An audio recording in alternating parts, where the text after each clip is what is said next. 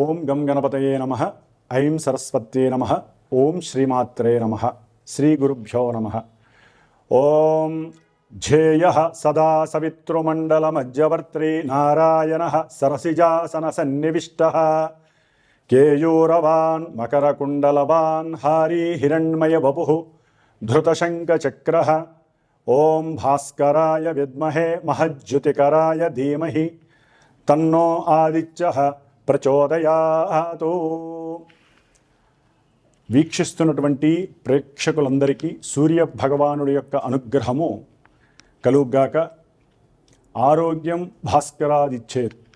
సమస్త మానవులకి ఆరోగ్యాన్ని సంతృప్తికరంగా పుష్టిగా ఇచ్చేటటువంటి సూర్య భగవానుడు ఈ నెల అక్టోబర్ 17వ తేదీన తన యొక్క శత్రుక్షేత్రమైనటువంటి నీచ స్థితిని పొందుతున్నాడు. తులారాశిలో నీచ స్థితిని పొందేటటువంటి సమయము, ఆయన ఆ రాశిలో సంచరించేటటువంటి సమయము.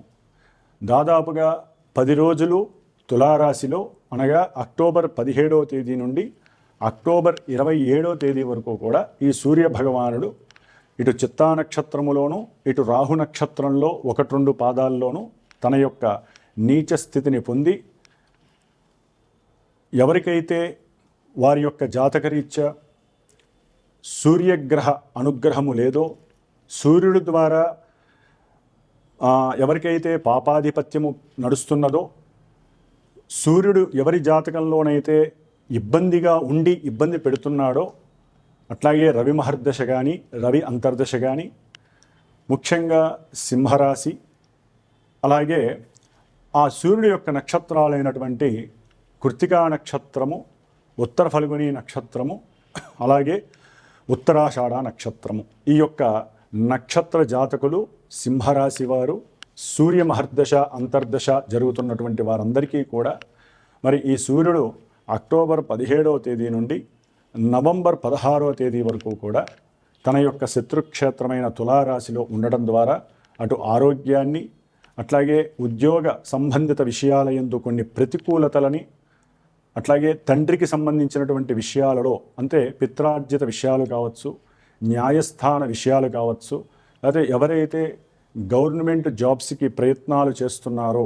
అంటే జడ్జీలు, అట్లాగే న్యాయమూర్తులు, పెద్ద పెద్ద హోదాలోకి వెళ్ళాలనుకునేవారు, అలాగే ఎవరైతే స్పెషలిస్టులు ఉంటారో, అంటే మూత్రపిండాల స్పెషలిస్టులు ఉంటారు, డాక్టర్స్కి సంబంధించిన వాళ్ళు ఉంటారు, ఎవరైతే వైద్య రంగానికి సంబంధించి ఎగ్జామ్స్ రాస్తున్నారో, లేకపోతే వైద్య రంగంలో ఎగ్జామ్స్ రాసి రిజల్ట్స్ కోసం వెయిట్ చేస్తున్నారో, వైద్య రంగంలో ఒక ఆసుపత్రిలో, ప్రభుత్వ ఆసుపత్రి కావచ్చు, కార్పొరేట్ ఆసుపత్రి కావచ్చు, చిన్న ఆసుపత్రి ఏదైనా సరే, ఆసుపత్రిలో తమ యొక్క ఉద్యోగ బాధ్యతలు స్వీకరించడానికి అనుకూలంగా ఉన్నటువంటి వాళ్ళు ఎవరైనా సరే, వీళ్ళందరికీ కూడా మరి ఈయన యొక్క నీచ స్థితి కొంత భంగాన్ని కలుగ చేస్తోంది.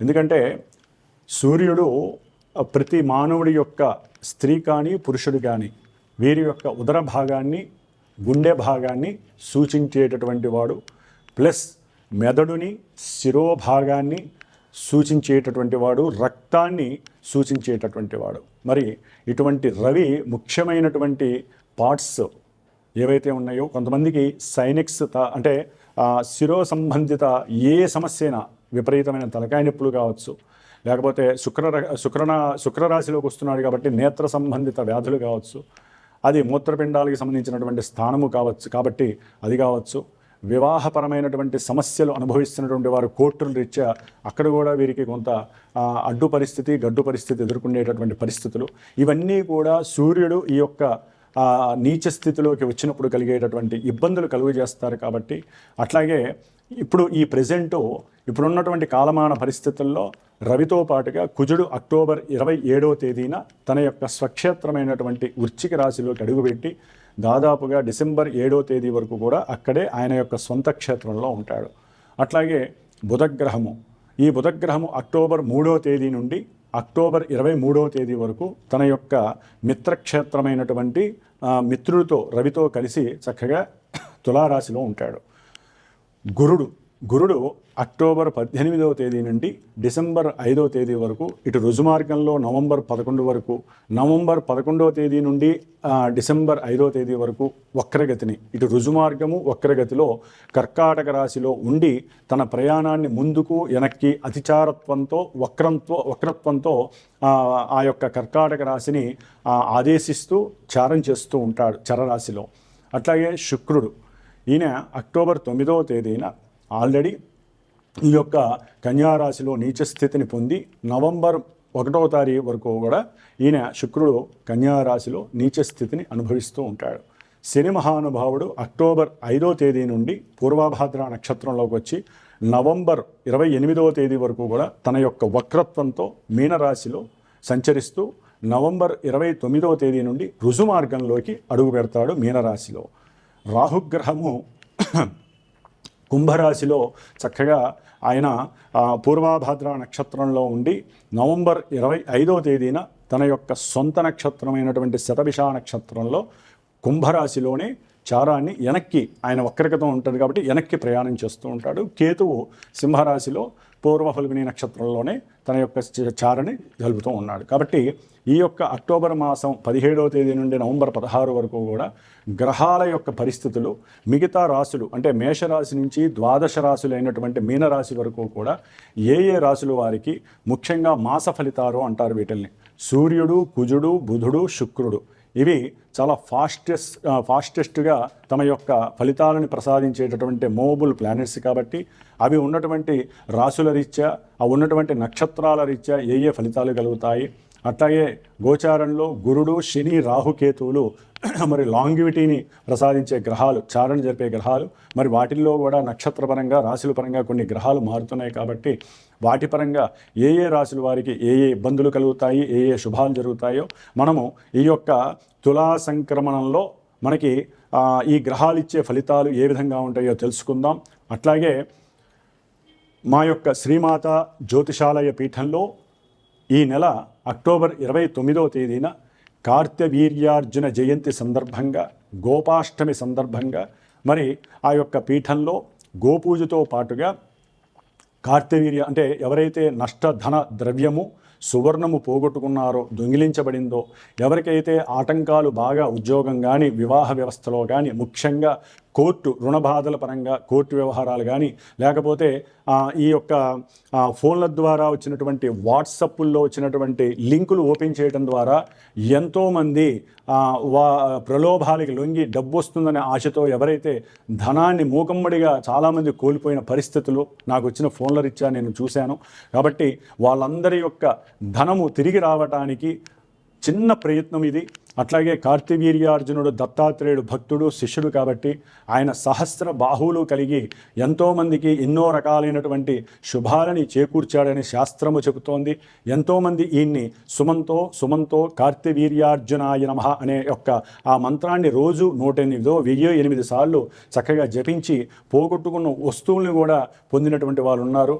మరి ఇలాంటి ఈ యొక్క శుభ సందర్భంలో మా యొక్క పీఠంలో వేద పండితులైనటువంటి బ్రాహ్మణుల సమక్షంలో ముందు 3 రోజులు చక్కగా స్వామివారి యొక్క మంత్రంతో జపాన్ని ఆచరించి 29వ తేదీ స్వామివారికి హోమము రుద్రపాశుపతము అంటే కార్తవీర్యార్జున మంత్రసహిత రుద్రపాశుపత హోమాన్ని చేయదలిచి ఉన్నాను. కాబట్టి ఈ యొక్క హోమం ద్వారా ఎవరైతే ఏ యొక్క సంకల్పాన్ని కోరుకున్నారో ఆ సంకల్పం సిద్ధించటానికి, తమ యొక్క డబ్బులు తమకి రావడానికి, పోగొట్టుకున్న బంగారం కానీ లేకపోతే చోరత్వం జరిగిన వస్తువులు కానీ ఇవన్నీ కూడా లభించడానికి ఇది ఒక చిరు ప్రయత్నంగా నేను తలపెట్టాను. కాబట్టి ఎవరైతే ఆసక్తి, ఎవరైతే నమ్మకము, స్వామివారిని నమ్మి నాకు ఫోన్ చేసి తమ యొక్క గోత్రనామాలు ఇస్తారో చక్కగా వారందరివి నేను చెప్పి చేసి ఆ తదుపరి ఆ స్వామివారికి చేసినటువంటి ఆ మూలమంత్ర బీజాక్షరాలతో సంపుడీకరణతో చేసినటువంటి ఆ హోమ భస్మ ప్రసాదాన్ని, ఆయనకి కట్టినటువంటి కంకణ దారాన్ని కూడా మీకు నేను చేరవేసే ప్రయత్నం అయితే చేస్తాను.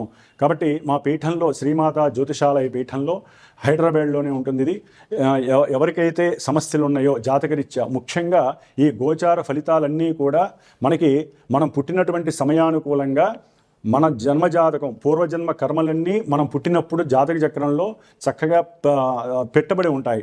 వాటి రీత్యా ఏ ఏ దశలు జరుగుతున్నాయి, అంతర్దశలు జరుగుతున్నాయి, ఆ సందర్భంలో ఇప్పుడు గ్రహాలు ఏ ఏ నక్షత్రాల్లో ఉండి మన జన్మజాతకంలో ఉన్నటువంటి గ్రహస్థితి అంతా ఇప్పుడు అద్దంలో కనపడుతూ ఉంటుంది. కాబట్టి జన్మజాతకం చూస్తే కానీ ఇప్పుడు వీరికి పాజిటివ్ జరుగుతుందా, నెగిటివ్ జరుగుతుందా అనే విషయాన్ని మనం చెప్పలేం. కాబట్టి ఈ గోచార ఫలితాలు నామమాత్రకంగా, అంటే కొంతమందికి జాతకం తెలియని వాళ్ళకి చూచే చోళ అని, అశ్విని నక్షత్రం అని, ఇట్లా కొన్ని పేర్లను బట్టి నక్షత్రాలు ఉంటాయి. కాబట్టి జన్మ నక్షత్రము, జన్మలగ్నము, జన్మరాశి ఇవన్నీ జాతకరీత్యా ఉన్నటువంటి వాళ్ళకి గోచారం చక్కగా అద్దంలా ప్రస్ఫుటంగా ఏ ఏ కార్యక్రమాలు, వివాహం కాని వాళ్ళకి ఎప్పుడు వివాహం అవుతుంది, ఉద్యోగం ఎప్పుడు అవుతుంది, ఇలాంటి విషయాలని ఉన్నంతలో సూక్ష్మంగా మాకున్నటువంటి జ్ఞానం ద్వారా చూసి వారి యొక్క జాతకాలలో ఏదైనా దోషాలు ఉంటే వాటికి సంబంధించినటువంటి దోష పరిహారాలని మా పీఠంలో ఎప్పటికెప్పుడు చక్కగా జపాల రూపకంగా, రుద్రాభిషేకాల రూపకంగా, అట్లాగే హోమ రూపకంగా చేస్తూ ఉంటాము.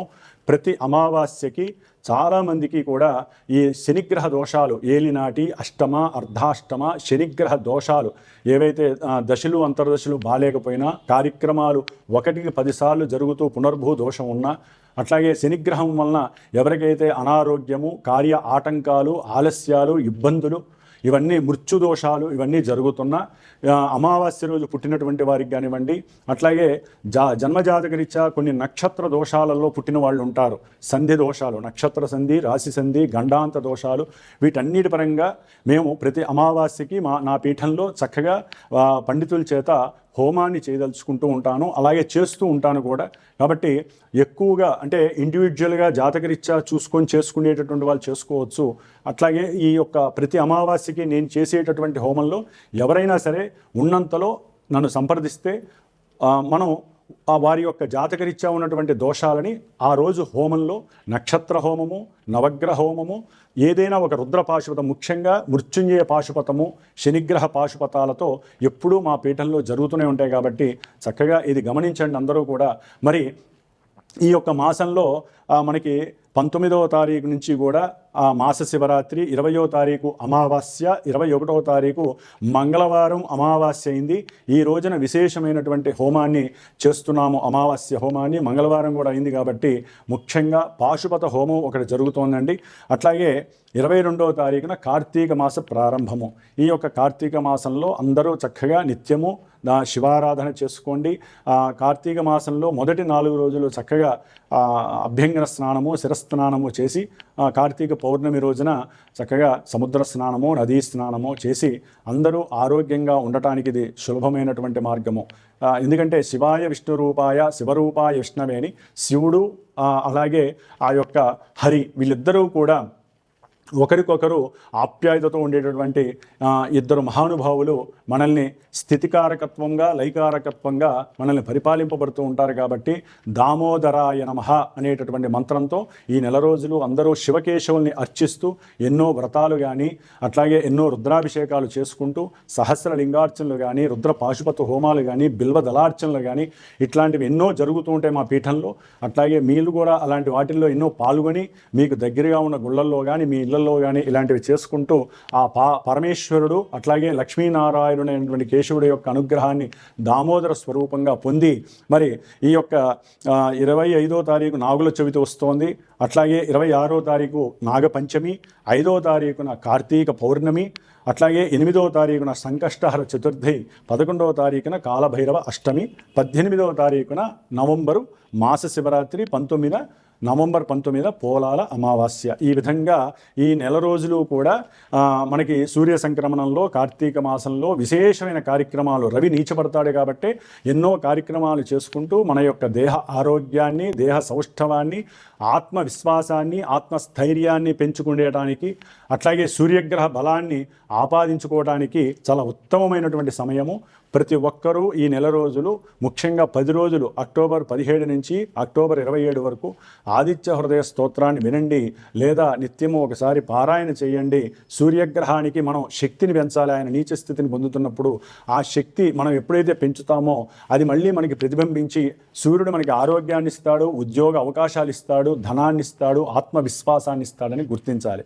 కాబట్టి మరి ఇప్పుడు ద్వాదశ రాశి ఫలితాలు ఏ విధంగా ఉన్నాయో తెలుసుకుందాం. కుంభరాశి.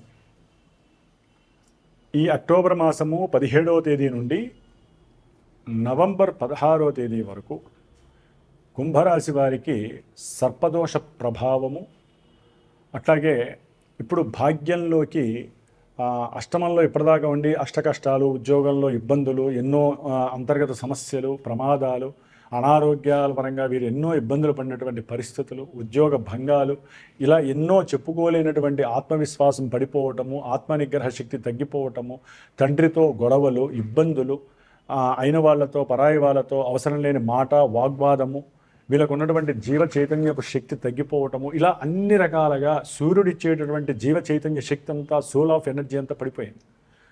ఇప్పుడు భాగ్యంలోకి సప్తమాధిపతి వస్తున్నాడు. ఎవరైతే ద్వితీయ కళ్యాణ యోగాన్ని కావాలనుకుంటున్నారో కొంత ప్రయత్నం చేయొచ్చు. అంటే భార్య పరంగా కొంతమంది ఇబ్బందులు పడ్డ వాళ్ళు ఉంటారు, విడిపోయిన వాళ్ళు, కొన్ని సంవత్సరాలైనా కలుసుకోలేని వాళ్ళు, ఎవరైనా ఈ కోర్టు సమస్యల్లో ఎవరైనా ఇబ్బందులు పడేవాళ్ళు, ఇలాంటి వాళ్ళు కొంత సుబ్రహ్మణ్య ఆరాధన, సర్పసూక్త జపాలు, తపాలు, హోమాలు ఏదైనా చేసుకొని సూర్యగ్రహానికి సంబంధించినటువంటి జపం చేయించుకొని వీరు గనక, ఎందుకంటే కుజగ్రహము వీరికి 9లో ఉన్నారు, తర్వాత 10లోకి వస్తారు, కర్మదోషాలు చాలా అనుభవించాల్సి వస్తుంది. ఏదైనా గృహము కానీ, భూమి కానీ, వాహనము కానీ, ఇవన్నీ అమ్మకపు విషయంలో వీరికి కొంత ఎదురు దెబ్బలు, అంతర్గత విద్వేషాలు, శత్రువులు తయారయ్యే అవకాశం ఉంటుంది. కర్మ అనేటటువంటిది పరిచ్ఛేదం అవుతుంది. కాబట్టి భాగ్యంలో ఉన్నటువంటి రవి తండ్రికి సంబంధించినటువంటి ఆస్తుపాస్తుల విషయంలో కొంతవరకు భాగ్యస్థితిని కలుగజేస్తున్నాడు. దూర ప్రయాణాల విషయంలో కొంత శరీర అలసత్వాన్ని, శరీరంలో కాస్త రుగ్మతల్ని కలుగజేయడంలో ఈ సూర్యుడు ఉంటాడు. ముఖ్యంగా వీరికి ఉన్నటువంటి పూర్వ పుణ్య ఫలం ఏదైతే ఉందో అది సంతానం రీత్యా వీరు గనక సంకల్పించి వారికి గనక సంతానానికి సహకరించినట్లయితే కుంభరాశి వారు పూర్వ పుణ్యఫలం అనేటటువంటిది వీరికి ఉద్యోగాన్ని ఇవ్వచ్చు, ఉద్యోగంలో ఒక మంచి స్థాయిని ఇవ్వచ్చు, ఉద్యోగం ద్వారా మంచి ధనార్జన గురుడిస్తున్నాడు. షష్ఠమంలో ఉచ్చస్థితి గురువు వీరు చేసేటటువంటి ఎప్పటి నుంచో ఎదురు చూస్తూ ఉంటారు. నేను ఉద్యోగంలో, కొంతమందికి ఉద్యోగాలు పోయిన వాళ్ళు కూడా ఉన్నారండి. అయితే 5లో ఉన్నటువంటి గురుడు ఉద్యోగాన్ని తీసేసి ఆర్థికంగా ఇబ్బందులు పెట్టిన వాళ్ళు చాలామంది ఉన్నారు. గురుబలం సంతానపరంగా యోగము, సెన్సెక్స్, షేర్స్ ఇవన్నీ ఇచ్చి ఉండొచ్చు వ్యాపారంలో. ఇప్పుడు ఉద్యోగ స్థానంలో గురుడు ఉచ్చస్థితిని పొంది చక్కగా సొంత నక్షత్రంలో ఉండి విశేషమైనటువంటి ఉన్నత ఉద్యోగ వృద్ధితో పాటుగా గవర్నమెంట్ జాబ్ను కూడా ఇచ్చే అవకాశం ఉంది. అట్లాగే ఉన్నతమైన ధనాన్ని, అధిక మొత్తంలో ధనాన్ని ఫ్రెండ్స్ ద్వారా మంచి, అంటే ఉద్యోగ సహాయ సహకారాలని, విదేశాల్లో ఉన్నటువంటి కుంభరాశి వారు ఎవరన్నా ఉంటే వారికి కూడా ఉద్యోగ అవకాశాలను ఇచ్చే పరిస్థితి ఈ కుంభరాశి వారికి కలుగుతోంది. ముఖ్యంగా అష్టమంలో ఉన్నటువంటి శుక్రుడు వలన చదువుకునేటటువంటి విద్యార్థులకి చదువు మీద ఆసక్తి తగ్గుతుంది. అవసరం లేని కొన్ని వ్యసనాల వైపు దారి చేసే అవకాశం ఉంటుంది.